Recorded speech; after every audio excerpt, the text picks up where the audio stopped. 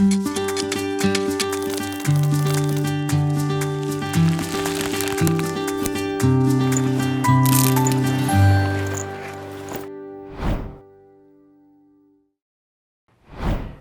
to Evangelism FAQ, a Grow video series addressing many common fears and misunderstandings about mission.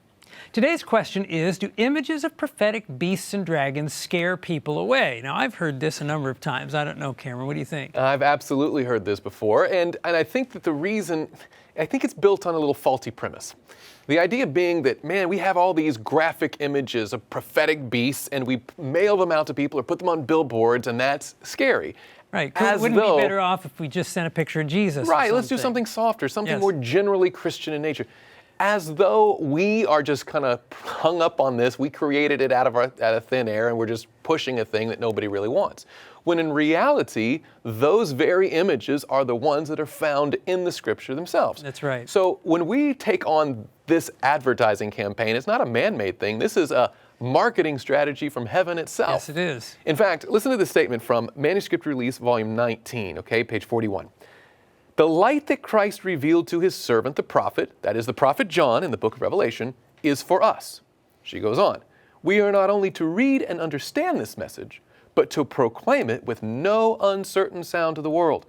By presenting these things revealed to John, we shall be able to stir the people. The usual subjects on which the ministers of nearly all other denominations dwell will not move them. Now think about that. Yeah. God has put this in there for the express purpose of arresting their attention and stirring the people. Okay, so it's not really designed to calm the people, but to arouse people to the times we're living in. You know, what's amazing is a statement that you read was penned well over 100 years ago, and statistical evidence today shows us, because we've done different mailings. We've had people who said, hey, let's try this out. Let's send out some advertisements that have pictures of Jesus in them and things like that versus pictures of the beasts. And what we have found is that the pictures, these prophetic images actually draw more people by far than the other images, especially drawing the unchurched population. So it would appear that our fear that people will be afraid is greater than their fear.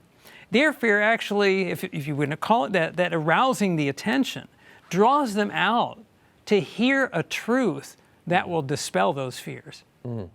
So the Lord knew what he was doing when he gave us these images. Now, there's nothing wrong with employing pictures of Jesus and what have you in advertising, but I would encourage you not to shy away from using these prophetic images as well, that they may arouse the people to come and find salvation in Jesus Christ. And may the Lord bless your efforts and grow your church.